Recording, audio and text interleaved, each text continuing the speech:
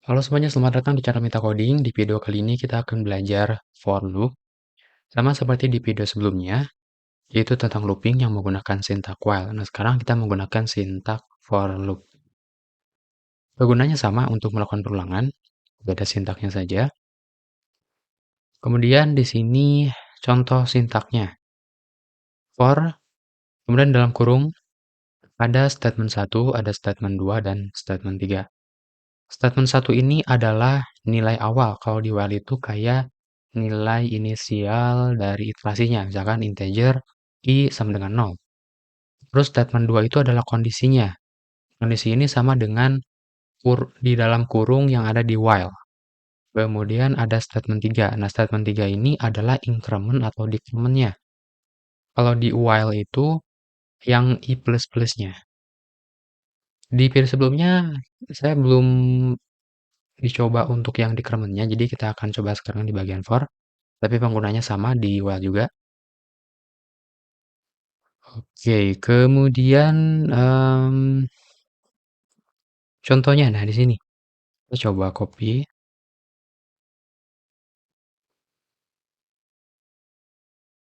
Nah, integer 0, i-nya 0 di sini. Kemudian kondisinya i kurang dari 5, i plus plus berarti melakukan looping sebanyak 5 kali. Jaraknya dari 0 sampai 5. 0-nya sama dengan diikutkan, tapi 5-nya tidak diikutkan karena kurang dari. Tapi jumlah iterasinya ada 5. Terus, untuk perubahan nilai iterasinya, di sini pakai i plus plus, jadi penaikannya adalah 1 tingkat. Kemudian, si out i ditampilkan nilai i-nya. Enter. 0, enter, 1, enter, sampai ke 4. Sini. Jadi bentuknya benar-benar sama. Bukan benar sama, gunanya sama dengan while, tapi beda penempatan atau beda sintaknya. Terus kalau dibandingkan while sama do while, ini benar-benar sama dengan while. Soalnya for loop dengan while loop itu prosesnya dicek dulu kondisinya, baru dieksekusi blok kodenya. Tapi kalau do while, eksekusi dulu, baru dicek.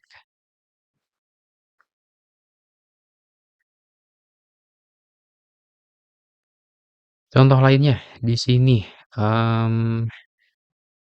untuk iterasinya beda, bukan i plus plus lagi. Tapi menggunakan i sama dengan i plus 2. Jadi nilainya itu akan berubah setiap iterasi ditambahkan dengan 2. Misalkan awalnya 0, nah untuk iterasi kedua nilai i-nya akan berubah menjadi 2. Iterasi selanjutnya atau iterasi ketiga nilai i akan menjadi 4. Karena 0 tambah 2, 2, 2 tambah 2, 4. Sehingga hasilnya akan menjadi seperti ini, 0, 2, 4, 6, 8, 10. Jadi kelipatan 2. Dan ini teman-teman bisa singkat menggunakan operator yang udah kita pelajari sebelumnya. Plus sama dengan, sama aja hasilnya, tapi lebih singkat kodenya. Kalau misalnya teman-teman pengen bikin kelipatan 3, bisa plus sama dengan 3, kelipatan 4, plus sama dengan 4, kelipatan 5, plus sama dengan 5. Kayak gini. Berarti kalau 0 sampai 10 dan kelipatan 5, iterasinya ada 3.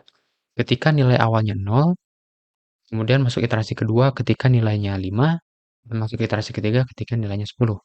Beda kalau kita pakai operator kurang dari 10. 10-nya tidak diikutkan. Jadi cuma 2, 0 sama 5. Sekarang kita coba yang decrement atau penurunan. Nah, kalau penurunan atau decrement, oke, min-min. Kita coba yang simpel dulu, penurunan 1, kembalikan dari plus-plus. Nah, nilainya kita balikan. Bukan dari 0 ke 10, tapi dibalikan, karena kan di sini decrement. Berarti awalnya 10, akhirnya jadi 0, atau boleh 1. Nah, operatornya juga dibalikan, bukan i kurang dari. Kalau i kurang dari nanti terjadi infinite looping, karena bakal selalu menghasilkan nilai true. Gitu. Kita ganti jadi lebih besar. Jadi nanti dari angka terbesar sampai menuju ke angka terkecil, mentok di 0. Mentok di atas 0 gitu. Kita coba running. Jadi 10 sampai 1. Karena di sini lebih besar dari nol. Kalau kita pakai lebih besar dari sama dengan, maka nolnya diikutkan. Mau sampai minus boleh, misalkan lebih besar dari min 5 bisa. Begini, 0, min 1, sampai min 5. Di while loop juga sama, teman-teman tinggal ganti aja yang tadinya i plus plus jadi i minus minus gitu. Terus jangan lupa ganti inisialnya, yang awalnya i0 jadi i10, kemudian kondisinya yang tadinya kurang dari 10 sekarang berubah menjadi lebih besar dari 0 gitu, atau lebih besar dari angka terkecilnya. Nah, teman-teman bisa juga pakai operator lipatan di sini minusnya. Misalkan minus kurang dari 2 jadi 10, lipatan 2 ke bawah 10, 8, 0, min 2, min 4. Misalkan kelipatan 5, berarti dari 10, 5, 0, min 5. Kemudian di sini ada nested looping. Sebelumnya di while juga kita bisa melakukan nested looping. Cuma di sini dicontohkannya di for-nya. Jadi maksud nested itu adalah ada turunannya, ada anaknya. Jadi di dalam for, di dalam bloknya ada for lagi. Sama halnya di if else, cuman di if else sebelumnya kalau nggak salah saya lupa kayaknya nggak dicontohin, tapi bisa juga di if else. Dibikin nested if else. Nah, di sini nestednya adalah nested loops. Kita coba copy yang di sini. Nanti hasilnya itu atau dimensinya kalau digambarkan dua tingkatan ini sama kayak tabel, ada baris, ada kolom. Kalau kita makan looping satu kali aja atau satu tingkatan for-nya atau while-nya satu aja, berarti melakukan satu dimensi atau satu baris atau bisa cuma satu kolom aja. Nah, kalau berdasarkan hasil output yang ada di sini, iter 1 itu adalah iterasi yang ada di I, yang utama, yang di atasnya. Kemudian outer 2 ini adalah iterasi yang ada di I, indeks ya betul, indeks atau iterasi pertama. Sedangkan kalau yang inner, itu yang J-nya. Jadi yang ini itu bakalan dieksekusi setiap kali melakukan iterasi yang atas. Jadi iterasi yang atas atau outer ketika nilainya I-nya 1, maka melakukan looping yang ada di dalamnya, yaitu sebanyak 3 kali, inner 3 kali. Kemudian lanjutin ke I selanjutnya, outer 2. Nah, di outer 2 di sini akan melakukan hal yang sama yang ada di dalam outer 1, yaitu for yang ini dilakukan lagi. Sehingga nilai J ini kan berubah kembali ke nilai awal yaitu J1. J1 tampilkan inner 1, 2, 3. Kayak gini. Kalau dibentuk ke dalam tabel atau digambarkan gitu ya. Jadi outer 1 itu dia adalah baris 1. Baris 1 kolom 1, terus ini baris 1 kolom 2, baris 1 kolom 3. Baris 2 kolom 1, baris 2 kolom 2, baris 2 kolom 3.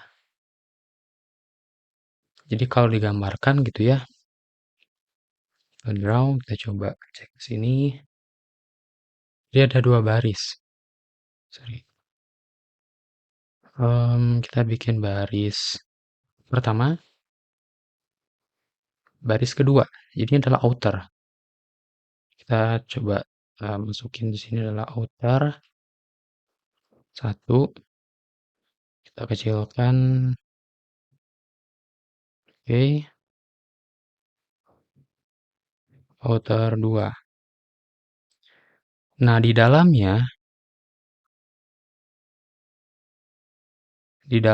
masing-masing outer, atau di dalam masing-masing iterasi yang I, itu ada looping J. Kita sebutnya sebagai inner 1, sorry, inner 1, inner 2, inner 3. Ini kalau digambarkan soalnya nanti bentuk extract looping ini bakalan kayak gini. Jadi teman-teman Coba pahami yang ada di sini gambarannya. Soalnya nanti berpengaruh ke sorry, kelanjutannya gitu.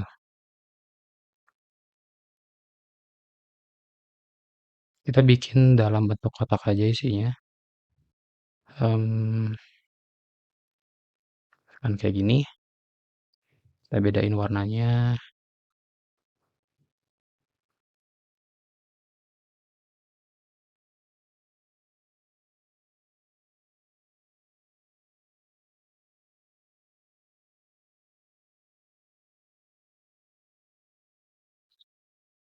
kayak gini.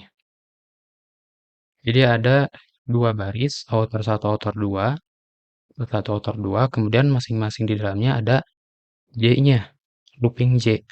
J1, J2, J3. Inner 1, inner 2, inner 3. Kayak gini. Nah, gimana kalau misalkan nanti ditambahkan I-nya ini kurang dari sama dengan 3, jadi barisnya itu sama dengan 3. Ya, berarti otomatis nanti di masing-masing barisnya ada J-nya lagi. 1 sampai 3 artinya yang ini jadi ada 3 kali. Nah, kayak gini. Kalau misalkan teman-teman hanya merubah yang ada di ini ya, kita coba kembalikan ke 2, kayak gini. Terus menambahkan yang ada di J-nya aja, merubah. Bukan 3 sampai 5 misalkan. Nah, yang berubah yang di innernya aja. Cuma sampai 5, ini juga sampai 5. Jadi yang di sini bakal nambah, jadi yang hijaunya itu 1, 2, 3, 4, 5. 1, 2, 3, 4, 5. Gitu. Jadi bentuknya kayak tabel. Jadi kalau misalkan nanti teman-teman mau akses data yang di sini di tengah bawah, akses menggunakan baris dan menggunakan kolom. Jadi outer 2, inner 2. Itu posisinya. Jadi mempunyai 2 indeks. Gitu. Kalau misalkan pengen akses di kanan atas, berarti dia adalah outer 1 dan inner 3 untuk posisi indeksnya. Kayak gitu.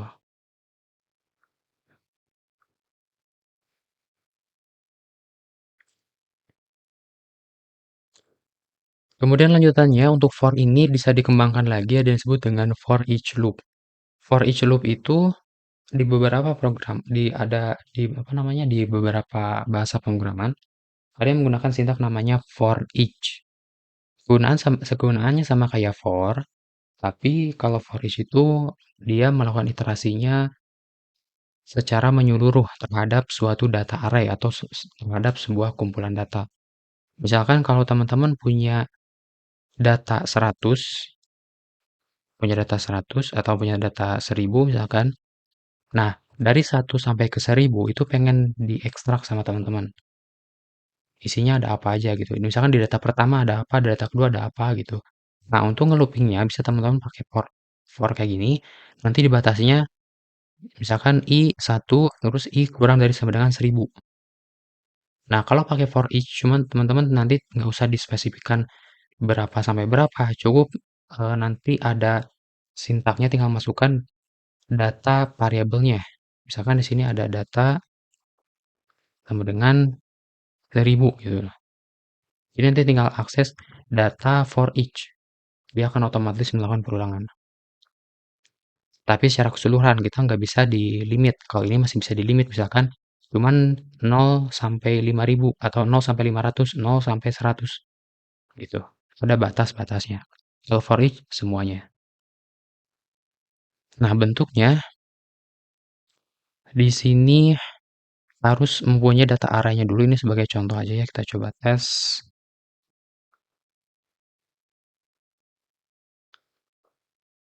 Tapi mungkin sama teman-teman belum paham gimana bentuk datanya kok kayak gini gitu. Karena ini ada pembahasan terpisah untuk data array. Cuman sementara kita ini fokus dulu ke bagian for each-nya atau for bentuknya kayak gini kalau di C++.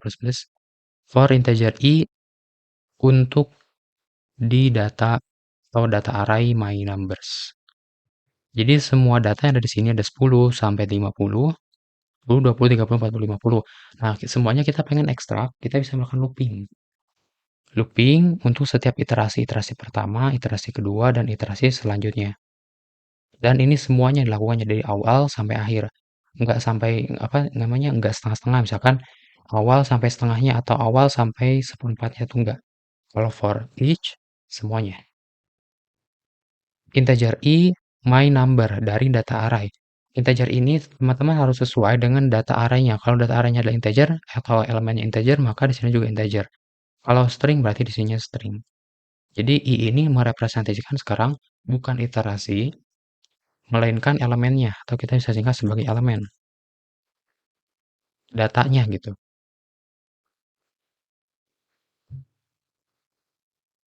Lebih detailnya ini teman-teman bakal paham nanti kalau kita udah belajar tentang array di next videonya. Oke, gitu aja mungkin tentang for. Kalau misalkan ada teman-teman yang belum paham di bagian tertentunya, silahkan komen. Sampai ketemu lagi di next video.